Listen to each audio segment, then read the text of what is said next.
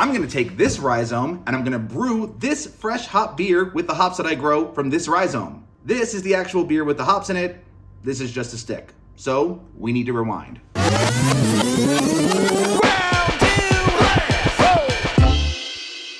I'm gonna be planting hops in containers. I bought 4 bags of potting mix, 20-inch diameter pots. I have 4 different rhizomes here. I'm gonna be planting, let's see, I got Columbus, I got Centennial, I got Cascade, and I've got Magnum.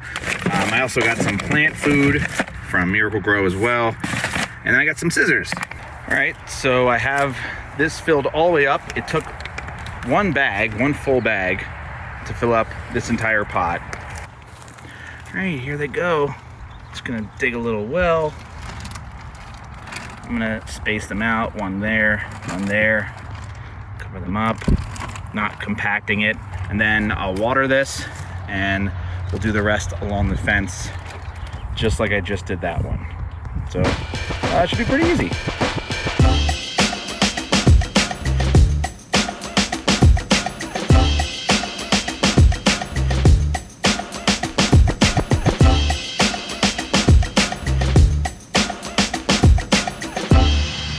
Okay, it's about a week later.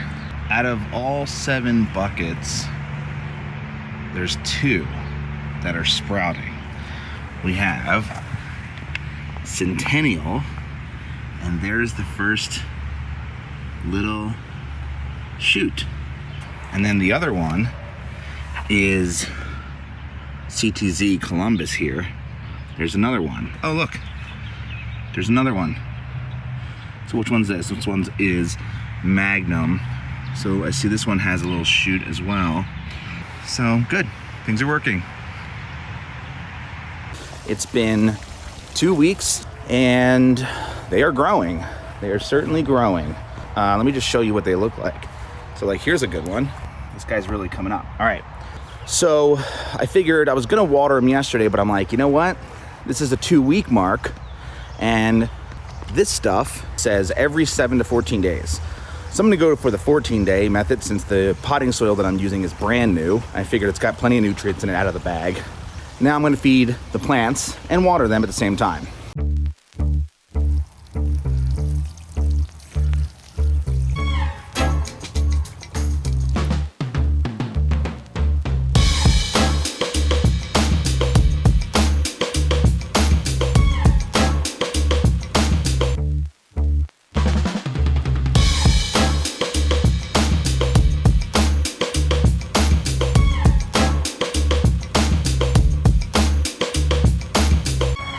Finally, the Columbus has started wrapping around itself. That happened on its own. The Sterling is starting to wrap, and I can see like we got these weeds here that'll be cleared out today. And which one's this? This is the Centennial. So we got 3 shoots going. We got this one, and this one climbing up. The Chinook. The Chinook also 3 shoots climbing. We have this offshoot here. I'll probably have to trim this guy back. And then the Comet is the one that's really taking off, okay? I got 2 healthy shoots climbing up. There's one, and then this is the other one. Then we have the Cascade, which has normally done pretty well in other areas. And finally, the Magnum, which has started to finally, grab a hold. That's it for now. They're doing well. I mean, everything's growing. I think changing my watering schedule helped out a lot, and there you go. So, yeah, that's the hops this year.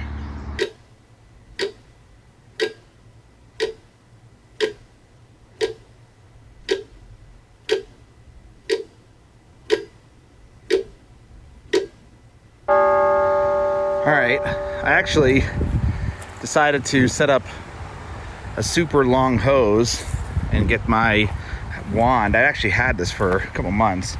So instead of using the bucket, I'm gonna water like an adult.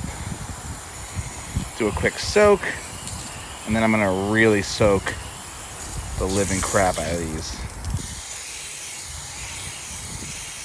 So it looks like the Cascade, I mean, I just can't get these cones to grow. They're just not, you know, they've just kind of been at that stage for a month.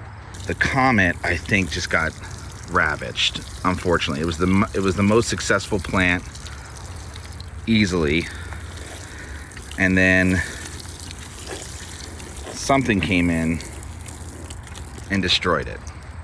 So honestly, we look at all 8 plants, and I'm you know, almost ready to call it quits, to be honest with you, or just not really care at this point for the first year, because the cone development is just, you know, we're already at the end of August, and I don't think we're gonna get any cones from this plant, which is the Magnum.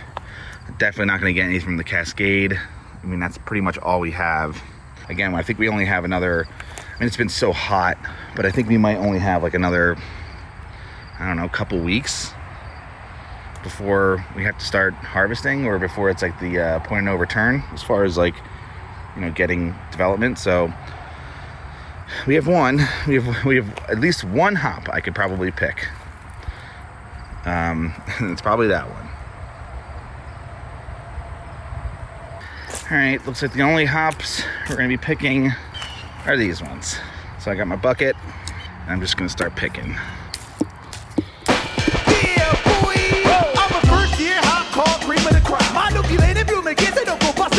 Cause I'm fresh off the bine, wet, dripping and hot. My bitterness will get you tripping with the acid I drop. I got flavor, aroma, a one-stop shop. Put the oil in the boil just to make the wort pop. Yeah, you thought I was rock, but I can't be stopped. Let's get fresh, hot.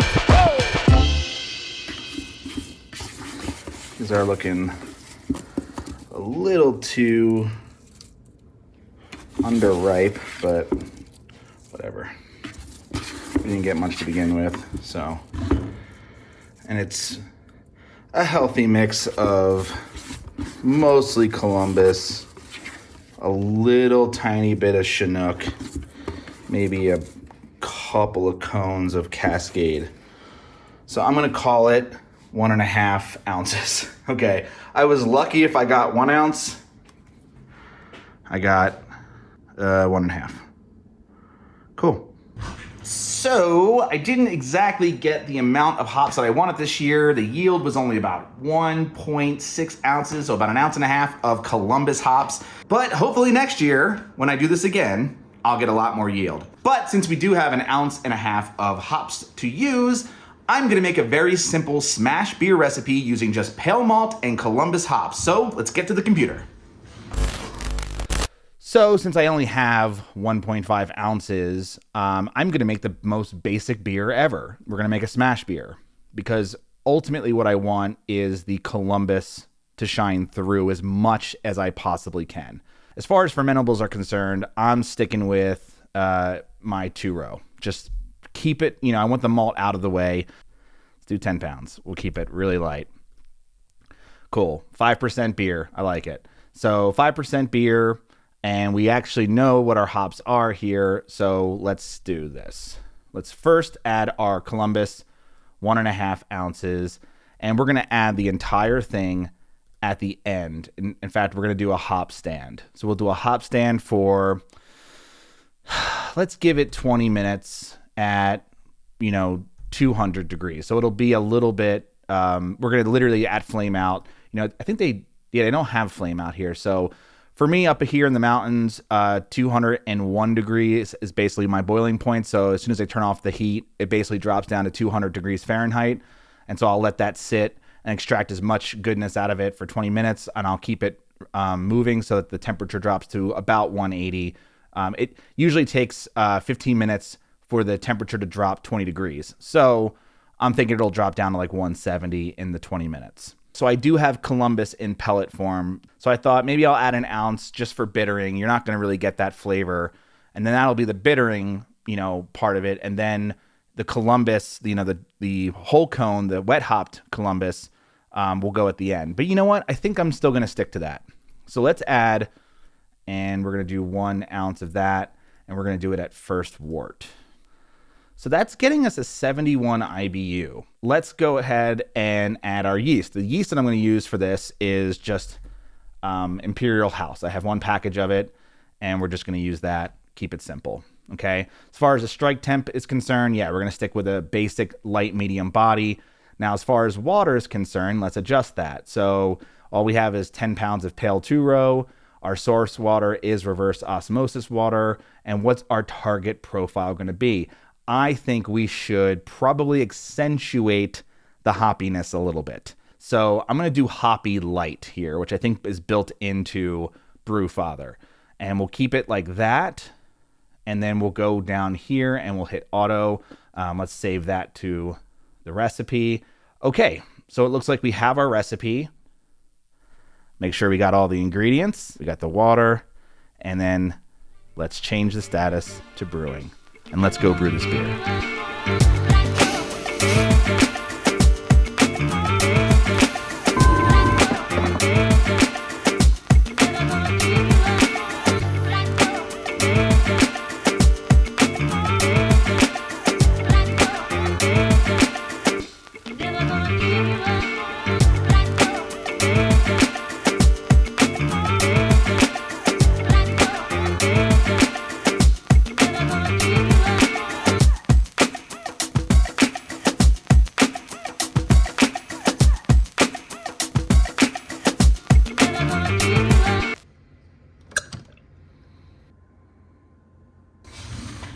All right, so I have the finished beer right here. This is the Columbus Smash beer. So let's give it a shot.